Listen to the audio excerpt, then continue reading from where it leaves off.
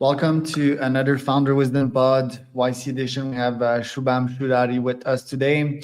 He's co-founder and CTO at Firstwork. He's the ex-director of engineering at Deel. He's a patent holder and ex-Rippling. So Deel and Rippling nowadays quite interesting. Next, Amazon, an engineering manager, and yeah, works in the software industry, mostly in Dubai nowadays. Also flies in SF every now and then. So Shubham, I'm glad to have you on the pod here. Tell us a bit Thank more you. about yourself and what you're up to nowadays. Cool. What a big intro. Yes, I'm Shubham. I'm currently the co-founder and CTO for Firstwork. What is Firstwork? Firstwork is an HR tech platform built for seasonal frontline workers. We are going up with the approach of building HR tech from the ground up, but using all the latest AI technologies in the market. Yeah, very cool. Let's start with the drama here with Deal and Rippling. What happened and what's your stake? I mean, both are great CEOs. Like what's his name, Conrad, or and the other Parker. guy? Parker. Yeah. Oh yeah, Parker. And yeah, the other guy. I think he's a YC company as well. Or Alex Deal. Yes. yeah, he's amazing too. So what happened there? I would say both are great companies. I root for both of them. I just want both of them to grow very big, as I have interest in both of them. There you go. Well said. And is it just like a PR move? Because yeah, the spying pretty much happened. I do believe that happens in very high level companies or like savage founders like Alex. But yeah, like do you think the repost, the counterattack by Rippling is a good play for now? Is it like a good PR thing, or is it mostly noise and they should focus on product? It would take time to understand what would be the dynamics of these things. It's still, I would say, pretty soon to talk about the impact of it. Right. Uh, And what are you building nowadays? Was it on the back of these experiences and what you experienced in these companies? What created the ideas of first work? And yeah, tell us about the YC experience as well. Definitely. So, working at Deal and Rippling, both into HR tech, and also knew a lot about Gusto. These are the top top three companies in the top 10 of YC all times. But one thing is common with all these three are that the product used are mostly by the white collar workers, right? White collar companies. So at Rippling and both at Deal, there were lots of cases where big blue collar companies would come and their use case would be so distinct that they would not sustain there for a long time, right? And understanding that is what I wanted to build. Another thing really helped is that at Deal and Rippling both, I worked on global products. Like at Rippling, I built the EOR product, which put like 5 to 10 plus countries on the EOR side, and then 75 plus country on the contractor. And as Deal, I was managing mobility, which is visa and immigration services for like 36 plus different countries. So in both the cases, lots of different hiring flows were there for each country, right? Similar to frontline workers within a country, every industry in a frontline segment has different flows. Like example, to hire a gig worker is very different than hiring a nurse, than hiring someone from agriculture or from construction worker, right? And that's the problem, that these common solutions which are used for white collar cannot be used in the frontline industry. Reason being, you take any white collar company, every person is hired the same requirements, same details, and same flows, but not in the frontline workers. And that's what we are solving with Firstwork.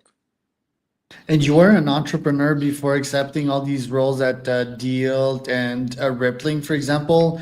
Why did you get back in the corporate world after founding your first company? I believe it got funded for 200K, the first one. Yes. So after my company, I joined a YC company as a first engineer. Scribe it was called, W17. I think so, same batch as Rippling. That got acquired by Rippling, and that's how I went into Rippling.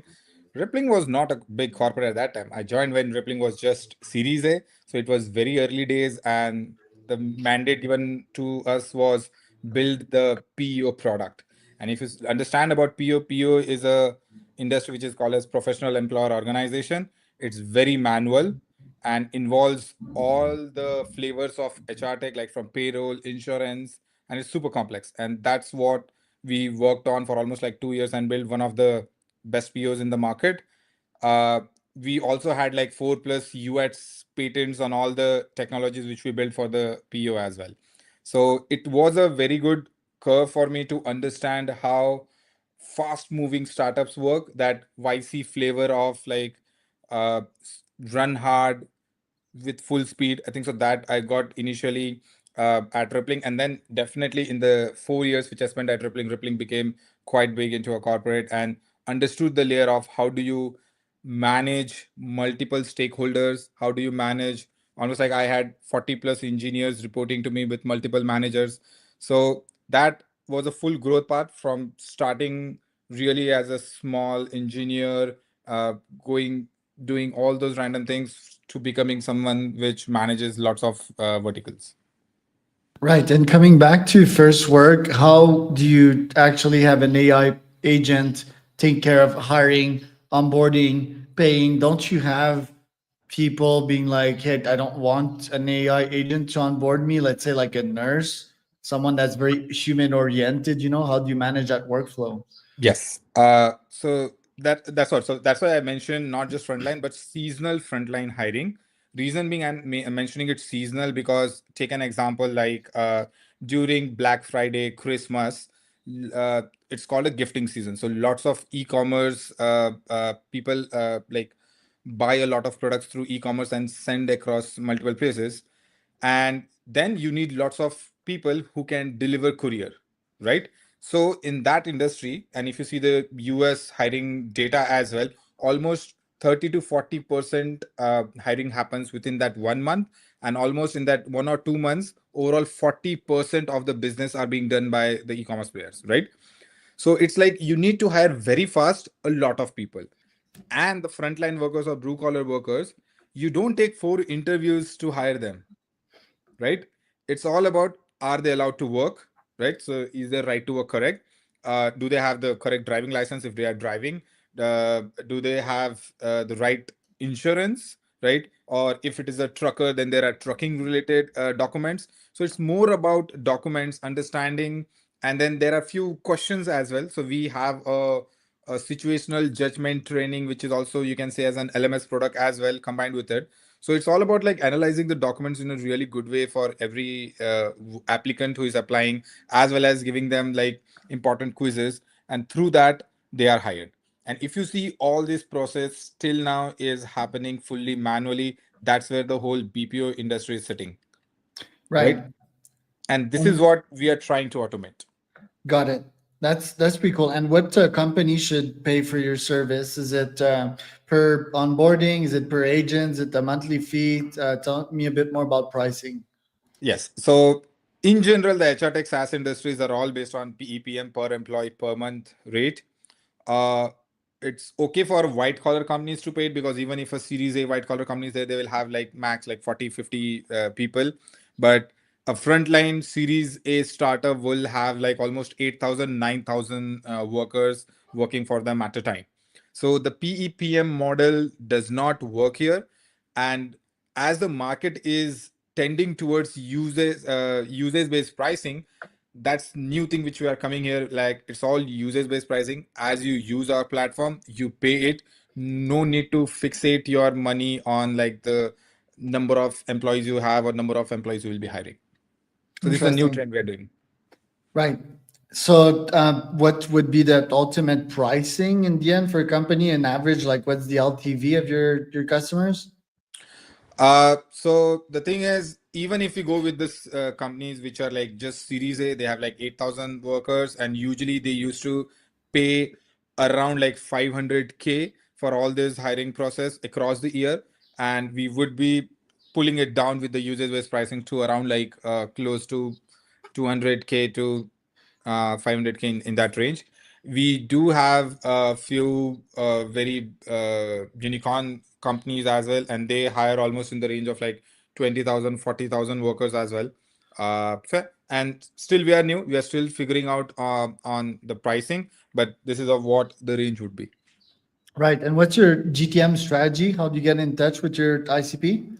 Yes. So I could say that we are more of an enterprise selling company, as we only sell to big clients. Even if Series A company becomes like an enterprise contract for us, so it's a long process. So it's not like we need 10,000 companies or 1,000 companies to grow ourselves. It's like even if we get 5, 10, 15, that's our target. So it's a very personalized approach which we are going through. We through our connections, because me and my co-founder, both of us come from a really experienced background and have lots of connection. And through that, we are going to the executives of the company to start the process. It takes time, but it's a big contracts, and hence it makes sense. And how's it been since you've been to YC? First, how was the YC experience and how have you grown in the year or so that you've been out of YC? So we actually, our company started with the YC itself. So we got into like last June, July, and YC experience was great.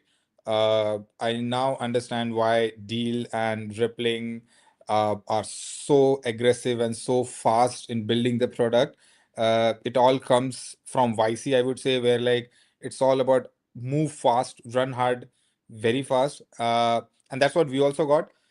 It was a little bit different for us, as the standard I would say suggestions which are given by the YC, like you should reach for quickly getting a product out in the market, get small customers very quickly, don't hire in the beginning. So it was reverse for us, because HR tech is known to be like you need to have l- build lots of things to get to a customers. So our YC partners suggested us in the first week of YC itself that Shubham, you should hire more people at the beginning itself so that you can quickly build that product. And we were told to get our story straight, because you are when you are selling, and don't be afraid to sell to big companies and enterprise. Workday didn't start by just selling it to small startups and company. They directly started selling to enterprise. So you have your own building time which you need to put, right? So these was the very good suggestions which we got from YC. uh, at the end of YC, we raised a seed round from Radiant Ventures. That was also a very critical partner for us. And after YC, we have now grown to almost like 13 plus engineers. We have like product manager, a designer, and an account executive as well, which is a must in like if you're selling to enterprise. And then yeah, we two other founders. Both of us are right now selling. I'm also taking on the product and the engineering side as well. Right. And what are the next features that you're adding right now? What's in the growth map? Yes. So before that, I'll just mention what the current functionality is. So we have an ATS layer, which is application tracking system, hiring onboarding layer, and your learning management system layer. On top of that, we are also able to build HRIS, which is basically how do you keep your workers into a platform. The best part is we do support a compliance engine, which basically not just checks the user during their onboarding phase, but it's also called as a perpetual compliance engine. Reason being, suppose you hired a worker and in between their insurance expired, or in between their driving license get expired, or their right to work get expired.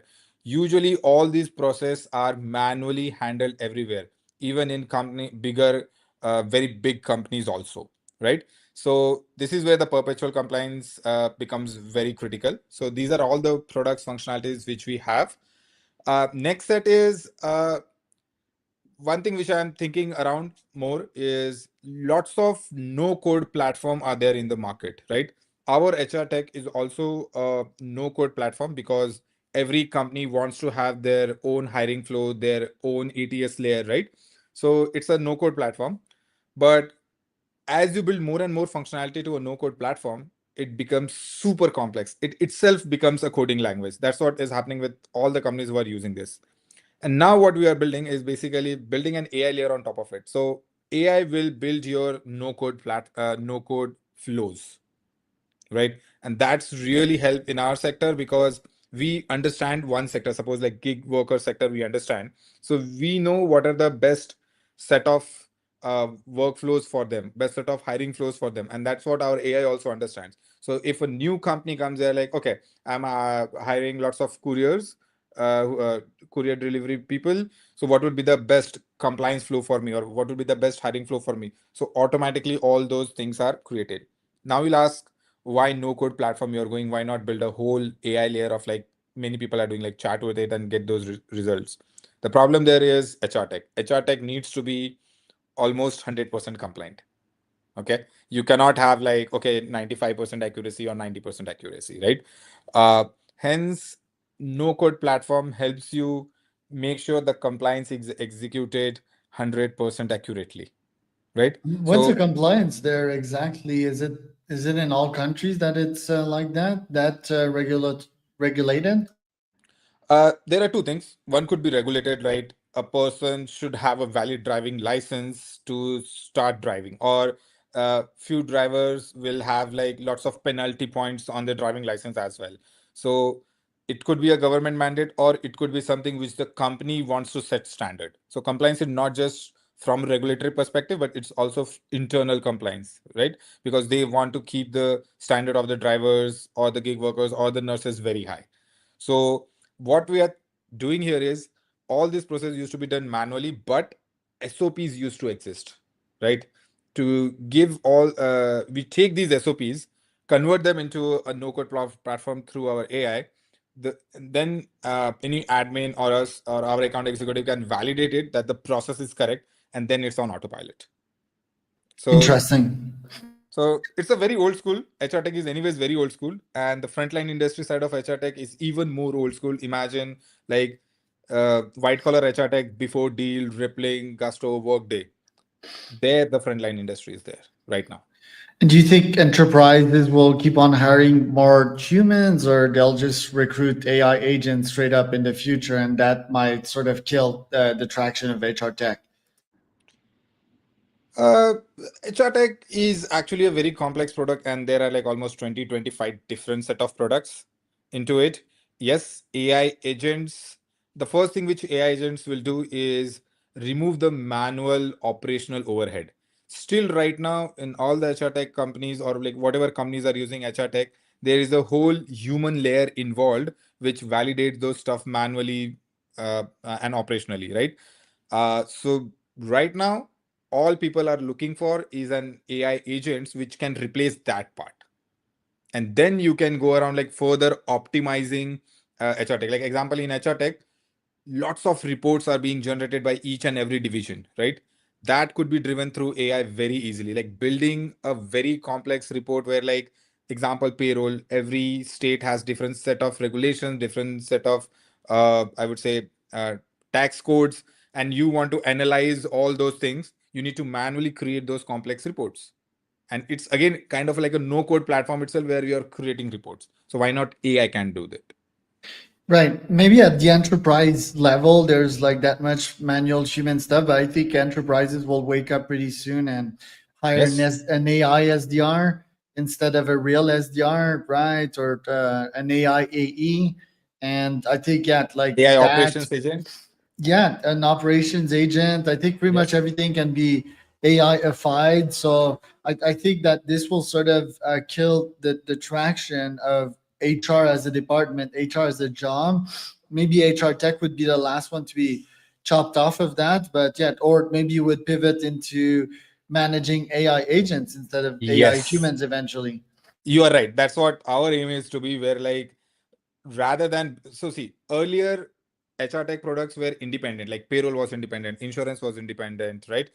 Time off was independent, time tracking was independent. Then these new age HR tech companies, Gusto, Rippling, Deal, all these came. They created an app store, I would say, like how all those apps are there in your phone, an app store of all the HR tech products into one. Now, the next thing will come is lots of AI agent in HR tech will come, and you can have an app store of AI agents for HR tech, and that is going to be like really viral, I would say, and that's what we want to be. Nice. And do you believe that the future is fully entrepreneurial or a full freelancer, meaning that humans that do have a 9 to 5 mentality, they're not super entrepreneurial and they just follow orders. These would be the first set of humans being replaced. And if they are replaced, maybe they'll wake up, maybe they'll like, yeah, I'm gonna start my own business, I'm gonna start freelancing. And if so, do you think there would be a gigantic corporation that would API connect a freelancer to an org immediately, and that would be a gigantic multi-trillion-dollar company because they would take 1 to 3% cut out of all these connections? Yeah, like AI data labeling companies are a little bit around it, if you can see, right? All these AI companies need data labelers, and all those data labelers are currently in some job, and they are doing this as a part time. So similar various set of jobs would be there. Replacing humans, I'm still not sure. Like slowly and steadily, it will happen. Right now, everyone wants to optimize it more, but yeah, like very manual tasks which were being done, those we are seeing that few of them, not, you cannot remove all the human layer. AI, especially in HR tech, cannot be 100% automated. So we also have a human in the loop for few cases. So it's not that like AI or LLMs gives you a response and then you just pass them forward. You need to have a pre-processing stuff and a post-processing layer as well, which are not LLMs, but which are basically your no-code complex rules, right? Once you post-processes, you can analyze it whether should I be sending it to a human or should I automate it. And what we have seen is if you do that with like 5 to 10, within 5 to 10% to put human in the loop, it kind of in- increases a lot of accuracy. Right. And short term, if a human is managing a bunch of AI agents, what kind of skills would the entrepreneur or the top worker of the future have? Is it orchestration? Is it understanding the system as a whole? Is it being technical? Is it vibe coding? What are the skills of the future? And let's not go too far in the future. Let's go to just Q3 and Q4 and probably next year. I think so. People need to be far more smarter. So as you are smart, you can go through these. Earlier, it used to be like if you are smart and you learn a language, you can code really well, build big products. Now that coding layer is also gone. It's all about being very smart and understand the business and be very smart. So one thing is important. You need to understand the business. That I have seen, like HR tech is very complex. People feel it very boring, but I have spent like last 6 years into the HR tech, and it looks very interesting to me. Whenever I see something is very operational, very manual, I'm like, oh my God, I can do something there. Right. So same for AI agent as well. It could do a lot of stuff, but just you need to be very excited. Oh, this is happening so manually. Let me try to optimize it. And you keep on improving it day by day by day. Yeah, I think it sort of looks boring, but it's a gold mine, right? That there's a lot of money to be made in your niche. I think that's why you're there. You've seen Rippling, you've seen Deal, right? At the levels that these guys were operating. What were personal lessons that you observed in both of these guys, like as founders? What virtues, what values did they have, and which one of them are you reproducing today as a founder? Uh, the most important one was like bring something different in the market. Okay. It's not like HR tech is new. HR tech existed like 100 years ago, also, I would say. Right. So Rippling came up with the strategy of combining IT, payroll, insurance into the mix. So that's the new learning where, like, okay, they are not like previous other HR tech providers. Deal came with a different thing where, like, I can combine the whole international layer into a one, right? So yes, you can like, and there were so many other HR tech players as well, but not many are doing that good, right? Why these two success were successful? Because of these two reasons is what I believe, right? Similarly, for next set of HR tech companies to become very successful is not just to copy these, but understand another what kind of layer you can bring into the system, and then the common products anyways it will be like you need to build an onboarding layer, you need to build a hiring layer, you need to build a payroll layer, you need to build an insurance layer, but something different should be there. And I think so right now for us, AI is that, because neither Rippling nor Deal were built when AI was there. But now I have that uh, uh, opportunity to build the HR tech ground up, but understanding that I can put AI to it. Right. And you mentioned like being smart a couple of times. How are you getting smarter nowadays? Are you just spending lots of time deep researching on ChatGPT, reading books? Like what's your best way to grow your brain?